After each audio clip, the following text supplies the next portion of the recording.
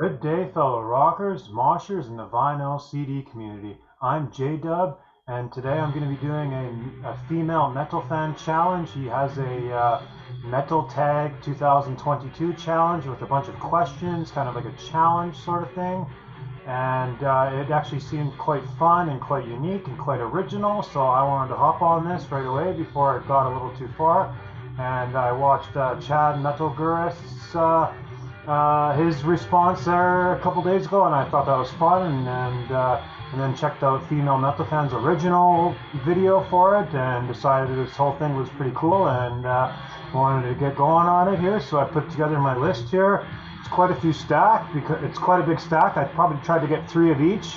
Maybe I was trying to copy Chad. Chad did 3 of each, so maybe I was copying his, even though a Female Metal Fan probably had 5 of each, it almost seemed like. So I wasn't going to go that extreme, but I wasn't just going to half-ass and just do 1 or 2 of each. So I thought 3 was a good fair amount, 3 of each, 3 or 4 of each. I think one of them had 4.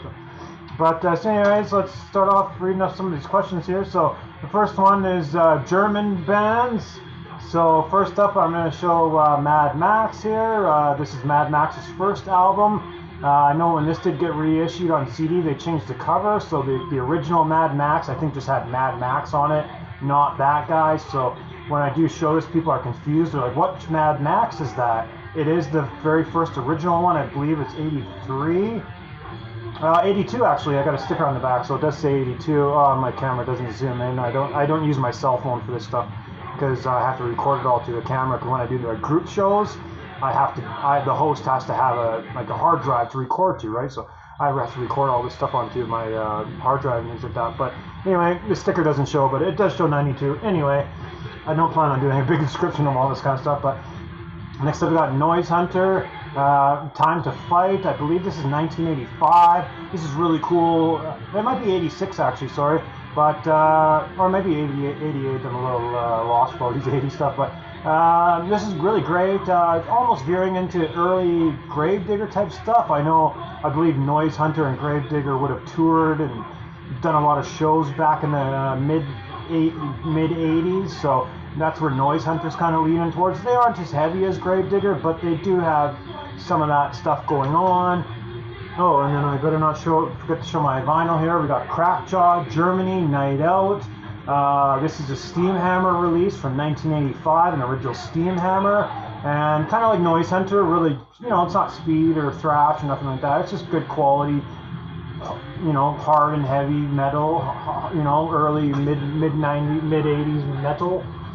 So that's our German. And next up we got Danish bands. And we got Pretty Maids' first album, Red Hot and Heavy. Could also double as my Sleazy, but I ain't gonna do that. But that is kind of sleazy. But anyway, so we got Red Hot and Heavy, the first Pretty Maids album.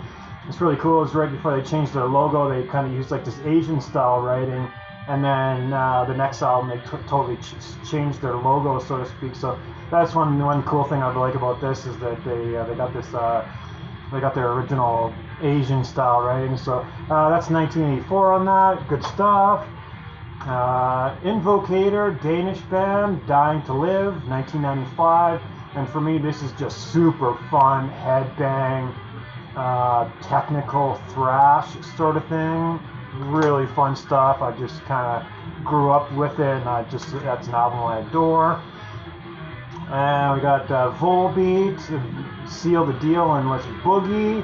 And I'm a fan of Volbeat. I know some people are, some people aren't. They're kind of a controversial band in a sense where you either hate them or you love them, sort of thing. So I dig my Volbeat. I've seen Volbeat live a couple times, so we got that as well. Next question. I'm covering my paper with the albums, but next we got females, and I could have pulled out stacks of females. We'd be here all damn day, but just to keep it reasonable, I did just do the 3. So we got Snow White, All Hail to Thee. I believe this actually is their first album. Yes, this is their first, I think, and then they released that EP. And then they released the 3rd album, and then they disbanded after that.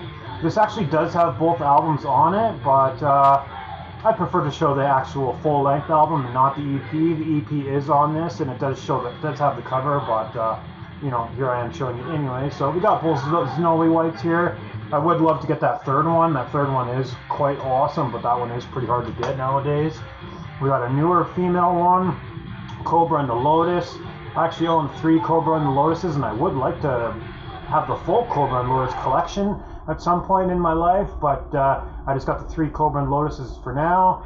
Great band. They're actually a Canadian band, and they are from, I know they are from Alberta, which is the province right next to me, so I know, I forget her name, the singer's name, Cobra Page. Cobra Page does, I believe she does live in Calgary or Edmonton, one of those 2 places. Calgary, Edmonton's probably about a 6-hour drive from here, so fairly local to me, I suppose. And I did pick this album because out of the 3 I own, this is probably my favorite one of the 3 I own. I own Prevail 1, this is Prevail 2, so there's Prevail 1 and 2, and then I own High Priestess. And High Priestess does have the cooler cover. I probably should have showed that one for the cooler cover aspect, but this album's actually really awesome. If you're not familiar with this, go check out they have a music video for Velvet Roses, I believe. Cobra and the Lotus, Velvet Roses. If you're not familiar with this band, pull up that music video. Just a really cool music video. It kind of just almost reminds you of these classic 80s music videos where they kind of do some outlandish, stupid stuff, right? Just takes you back to those music video era, right? Really cool stuff. We got Velvet Viper, and oh god, I forget the singer's name here. Oh jeez.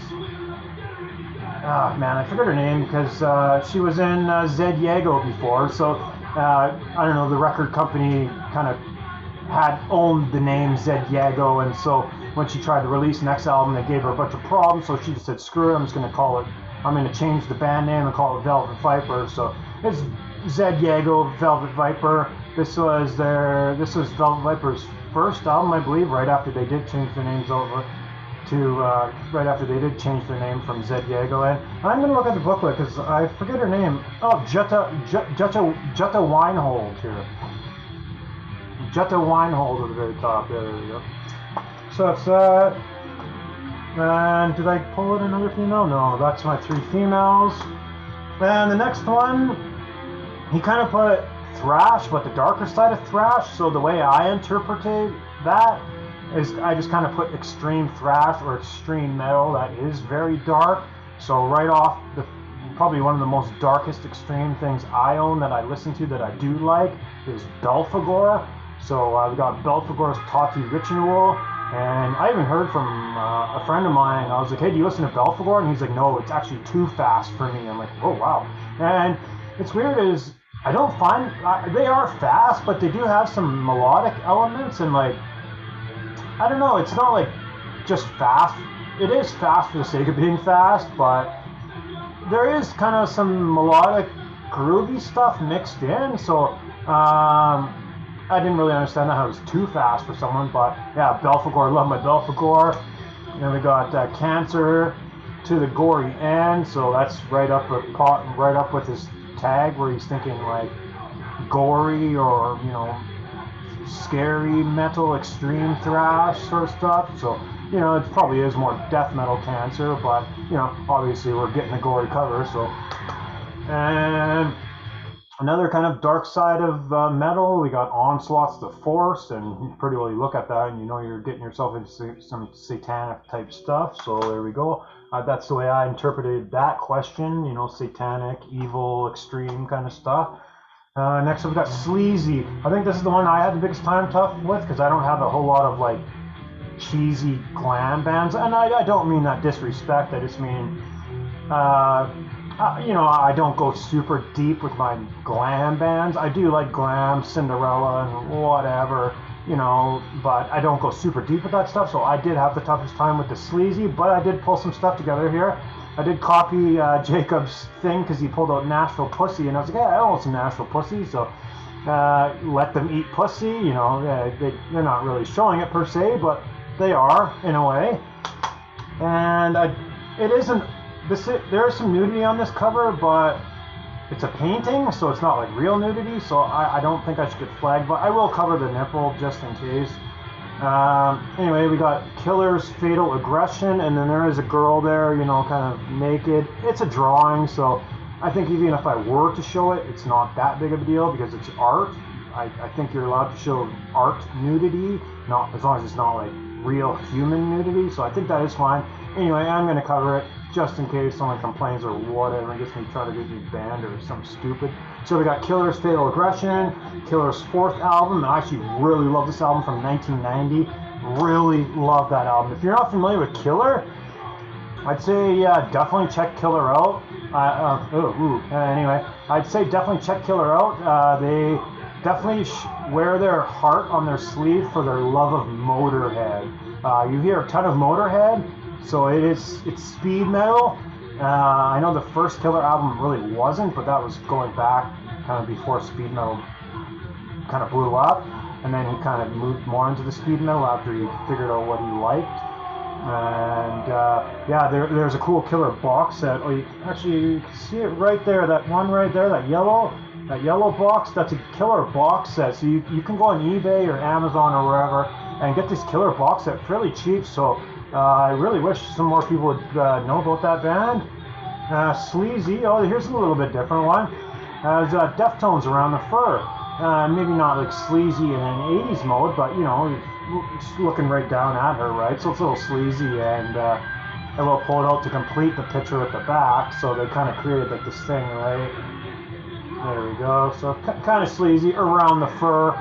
You know, Deftones does talk a lot about sex, and that is kind of what the title is referring to, Around the Fur. And I think I did my three sleazies anyway, but I did pull out another one. Bitch, you know, she's got all the dominatrix whip right there, so that is kind of sleazy, right? Dominatrix whip. Animals. This animals one is easy. I could have pulled out tons with animals, probably 20. And actually, here's for a little bonus. Santana, big line right there, the very first Santana. I'm not really counting that as one, but just for a bonus, there's one right there. We got Avatar's Feather and Flesh, and there is some cool little animals in there. We got some hawks and eagles and things like that. So hawks and eagles, yeah, cool stuff. Hawks and eagles. I dig my Avatar. I'm an Avatar fan. We got a little baby goat and a wolf here on the Thy Art Is Murder album, Dear Desolation. And all the Aussies are going to love this because I'm repping this Aussie band. I do know that. They are from the Down Under. And yeah, we got the little baby goat and the wolf, I believe. I'm not really sure. I don't know why the baby goat is mothering the wolf. I'm not really, or the opposite way around. Either way. I love that album. Actually, that's my favorite. Thy Art Is Murder. We got Danko Jones' Wildcat, the cat on the front. Hee. And we got metal in the title. Next question is metal in the title or song. I tried not to weasel my way out and just choose songs. I tried to get actually metal in the title. So this one is going to be very generic, except Metal Heart. Haha, Metal Heart. I'm sure everyone's showing that for the metal part. The other two are a little more unique. And we got Saxon's Metal Head. Actually, it's get some glare because I'm doing this during the day. So we got Metal Head here. Actually, I just listened to this a couple days ago, and that's how I thought about it. I was like, yeah, I just listened to that. So I just listened to that a couple days ago. Decent mid-pace Saxon. It does kind of pick up as the album goes. The first song isn't that great, so it kind of might turn you off after you do play the first song off that Saxon album. You'd be like, I don't know about this. But I'm telling you, it does get better. And we got Anvil's Metal on Metal. I think this was Anvil's very first album or their second album, 1981, I believe. Oh, try to put that back there. Oh. There we go. We got Anvil's Metal on Metal. And yeah, we got my three. That's three with the metal. And now the very last question: non-metal or rock. I don't actually have a whole hell of a lot of non-rock. I have a lot that are kind of like, like Leonard Skinner is not metal or rock. They're kind of like, you know, southern rock, so I didn't really count that. You know, I have Stray Cats, which is rockabilly, not full on rock or metal, but it's kind of like a form of rock. So I have Stray Cats and Pride Sister. I have some rap albums when I got into rap in the 90s, you know, Dr. Dre, Snoop Dogg, things like that. So I did pull out the very first Snoop Dogg album, Doggy Style. And it's actually so old that it's one of the original ones where they had the mess up track listing on the back of the very first pressings. They had a track listing error near the end here. One of the songs, the next episode doesn't actually appear on the album. So then when they did repress it later on, they had to fix it. So this OG original copy is worth some money. I ain't never giving that up. Hell no. Now we got B-52s. I love my B-52s. Wild Planet. And I just got this in the mail, so luckily got this in time. I can show it in my Nina Hagen band, and this is more of like a punk new wave. Sure, punk is a form of metal, but I'd say there's a lot of new wave stuff going on here, right? Keyboards and new wave stuff going on here, and this is late 70s. I forget the actual date. I think it's 78. Yeah, 78. It shows 78 on it. So yeah, we got the Nina Hagen from 78. Cool, kind of new wave, kind of weird stuff. It's kind of a mix of everything. She has some weird screams and operatic stuff, and she sings deep, and she's just very weird stuff that I thought was really cool. And there we go. We got all our questions. We banged out all the questions. Pretty cool stuff. And thanks for watching. If you're not familiar with this challenge, give it a go, and let's check her out. And thanks, Female Metal Fan, for starting this and being creative with all these questions. That was really cool stuff. And thanks a lot for watching. And subscribe, mosh, and see you later.